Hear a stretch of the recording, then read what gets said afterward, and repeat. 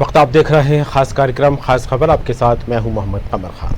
छत्तीसगढ़ में बजट सत्र चल रहा है और इस बजट सत्र को लेकर आज 8वां दिन है और ऐसे में लगातार 8वें दिन भी हंगामे की स्थिति यहां पर बनती दिखाई दी। विपक्ष ने अवैध रेत उत्खनन और शराब के मुद्दे को लेकर सरकार को घेरने की पुरजोर तरीके से कोशिश की। हालांकि सरकार की तरफ से संतुष्ट जवाब नहीं मिलने को लेकर जमकर हंगामा की आसार भी विधानसभा सत्र में कार्यवाही के दौरान देखने को मिले। इसके अलावा बात की जाए मध्य प्रदेश के पूर्व मुख्यमंत्री दिग्विजय सिंह को लेकर, तो राष्ट्रीय कांग्रेस ने उनको बड़ी जिम्मेदारी दी है। पुडुचेरी और तमिलनाडु का चयन समिति का अध्यक्ष उनको बनाया गया है। और आपको बता दें, इससे पहले जो मध्य प्रदेश की राजनीति को लेकर बात की जाए तो यहां पर दिग्विजय सिंह किसान आंदोलन को लेकर एक बड़ी तैयारी करते दिखाई दे रहे थे, लेकिन अब उनका कद यहां पर एक बार फिर बढ़ता दिखाई दे रहा। और अन्य राज्यों में, जिस तरह से 5 राज्यों में चुनाव है, वहां पर 2 राज्यों की जिम्मेदारी दिग्विजय सिंह के कंधों पर डाली गई है। फिलहाल देखने वाली बात होगी कि क्या कुछ माहौल छत्तीसगढ़ की सियासत में देखने को मिल रहा है और जिस तरह से दिग्विजय सिंह को जिम्मेदारी दी गई, इसको लेकर बीजेपी ने तंज भी कसा है। क्या कुछ माहौल बन रहा है छत्तीसगढ़ में, क्या कुछ स्थिति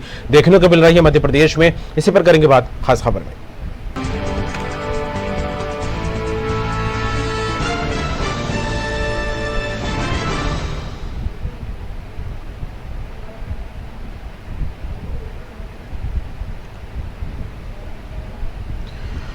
छत्तीसगढ़ विधानसभा सत्र के 8वें दिन भी हंगामे की स्थिति बनती दिखाई दी। अवैध उत्खनन और शराब के मुद्दे सदन में गूंजे। विपक्ष ने सत्ता पक्ष को घेरने का प्रयास किया। देशी और विदेशी शराब पर कोरोना टैक्स के मसले पर विपक्ष ने सरकार से कई सवाल किए।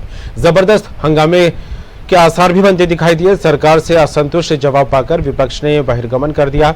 कोरोना कर पर विधायक अजय चंद्राकर ने सवाल किया। जवाब में आबकारी मंत्री राशि संग्रहण का आंकड़ा बताते नजर आए। वहीं विपक्ष ने सरकार पर कोरोना शुल्क में डकैती का आरोप भी लगाया। इसके अलावा रेत के अवैध उत्खनन को लेकर शून्यकाल में स्थगन के जरिए विपक्षी विधायकों ने सवाल उठाए। रेत के अवैध उत्खनन को लेकर पूर्व मुख्यमंत्री डॉक्टर रमन सिंह का कहना है कि यह स्थगन का मुद्दा था। छत्तीसगढ़ में नदियों को बेच दिया गया है क्योंकि अवैध रेत उत्खनन के जरिए इतनी ज्यादा रेत निकाली गई है कि नदियों की धारा की दिशा ही बदल गई है। वहीं जेसीसीजे विधायक धर्मजीत सिंह ने भी रेत के अवैध उत्खनन और शराब के मुद्दे पर कहा है कि छत्तीसगढ़ सरकार के लिए शराब का व्यवसाय दुधारू गाय के समान है। देखिए, कोरोना शुल्क को लेकर के इसलिए जवाब इनके पास में नहीं है कि सरकार की नीयत ठीक नहीं है। जिस सरकार ने शराबबंदी की बात करने की बात की, आज 600 करोड़ रुपए को कमाने की बात कर रहे हैं कि हम 600 करोड़ रुपए हम उससे कमा रहे हैं, लेकिन जिसके नाम से आप शेष कर लगाए हैं वहाँ वो खर्चे नहीं हो रही है और उस पैसे को भी दूसरे जगह जो डाल रहे हैं, लेकिन इनको अधिकार नहीं है कि उसका दूसरे जगह खर्चा कर सके। शिवनाथ नदी में इतना ज्यादा रेत निकाल दिया गया है कि धारा का दिशा बदल रही है। शिवनाथ नदी का उसका लीज एक स्थान में है और 8 जगह से रेत निकाला जा रहा है। और ये पूरे के पूरे शराब माफिया, मैं फिर दोहरा के बोलता हूँ कि रेत के पूरे धंधे में जितने शराब के धंधा करने वाले गद्दीदार थे उन सबको लाया गया है और उनके गुंडे और उनके पंडे ये शराब के ठेके को छोड़कर रेत के धंधे में आ गए। कि छत्तीसगढ़ प्रदेश की सरकार के लिए शराब का व्यवसाय दुधारू गाय के समान है और इस फायदे के बिजनेस को, चाहे उसके लिए अनैतिक कार्य भी क्यों न किए जाते हों, सरकार का संरक्षण प्राप्त है। देखिए, वो तो माननीय आसंदी के निर्देश पर, क्योंकि जवाब उनको देना था आबकारी मंत्री जी को, लेकिन आसंदी का निर्देश था कि ठीक है इनके बदले आप दे दो, तो मैंने वो जवाब दिया है। लेकिन जो भी राशि है, जो जिस चीज़ के लिए निर्धारित है उसी पर व्यय किया जाए। देखिए, जो पैसा आया है वो अभी उसी राशि को जीएडी के माध्यम से बजट में प्रावधानित किया गया है।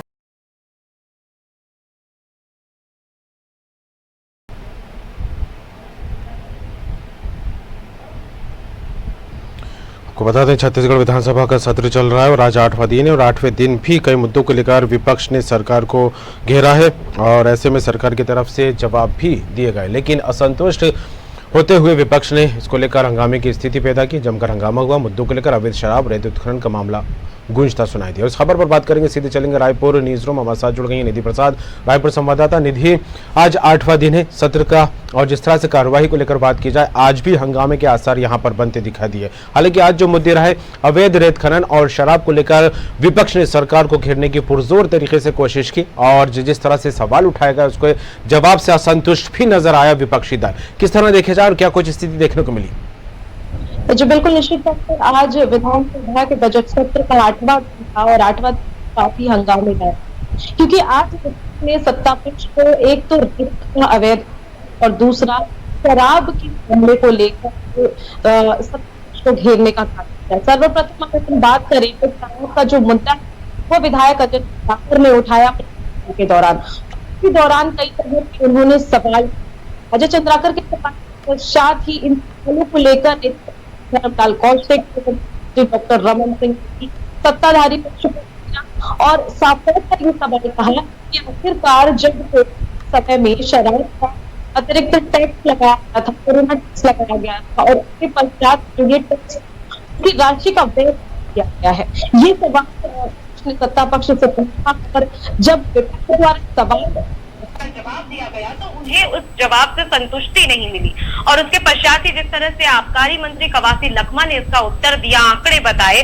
जिसके बाद आसंदी ने जो वन एवं परिवहन मंत्री मोहम्मद अकबर है उन्हें इसका जवाब देने के लिए कहा, तो उन्होंने इसका जवाब देते हुए कहा कि फिलहाल जो राशि है उसका व्यय नहीं किया गया है और जिस मद में राशि खर्च किए जाने के लिए कहा गया है उसी मद में उस राशि को खर्च किया जाएगा। लेकिन उसके बावजूद भी सदन में जो विपक्ष का हंगामा था वो तेज होता चला गया।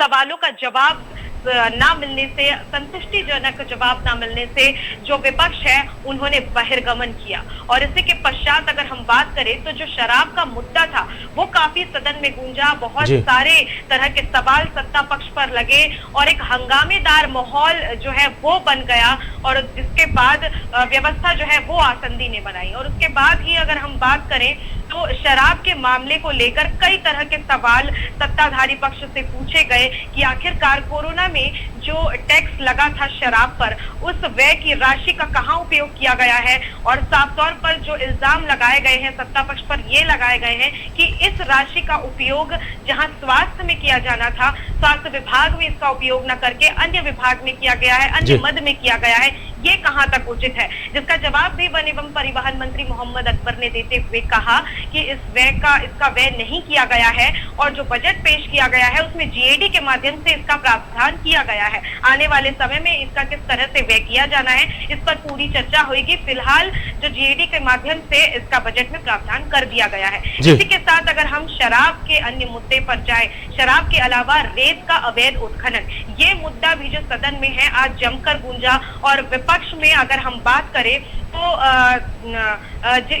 कई सारे जो विपक्ष के विधायक थे उन्होंने ये सवाल लगाए। जेसीसी से वरिष्ठ विधायक धर्मजीत सिंह ने भी इस पर कई तरह के सवाल सत्ताधारी पक्ष पर लगाया और ये कहा कि साफ तौर पर रेत का अवैध उत्खनन हो रहा है, इतना ज्यादा उत्खनन रेत का किया जा रहा है कि जो नदियों की दिशाएं हैं उसे ही बदल दी जा रही है और इसी के साथ अगर कोई किसान या किसी पंचायत के कार्य के लिए ट्रैक्टर लेकर जाता है तो 10-10 दिन तक उसका ट्रैक्टर रखकर जब्ती कर लिया जाता है, उसे नहीं दिया जाता है। लेकिन किसी ट्रैक्टर में अगर रेत का अवैध उत्खनन होता है तो सरकार के या प्रशासनिक किसी अधिकारियों की नजर ही उस पर नहीं पड़ती है और उस समय जो रेत का अवैध उत्खनन करते हैं उन माफियाओं को नहीं पकड़ा जाता है, जिसकी वजह से ये साफ स्पष्ट होता है कि सरकार के संरक्षण में ही जो रेत के अवैध उत्खनन कर रहे हैं ये माफिया पनप रहे हैं। तो वहीं डॉक्टर रमन सिंह का इस पर कहना है कि अब जितने भी शराब माफिया थे वे अपनी गुंडा राज और अपनी गुंडागर्दी रेत के अवैध उत्खनन में लगाते हैं और जब उनसे कोई प्रश्न करता है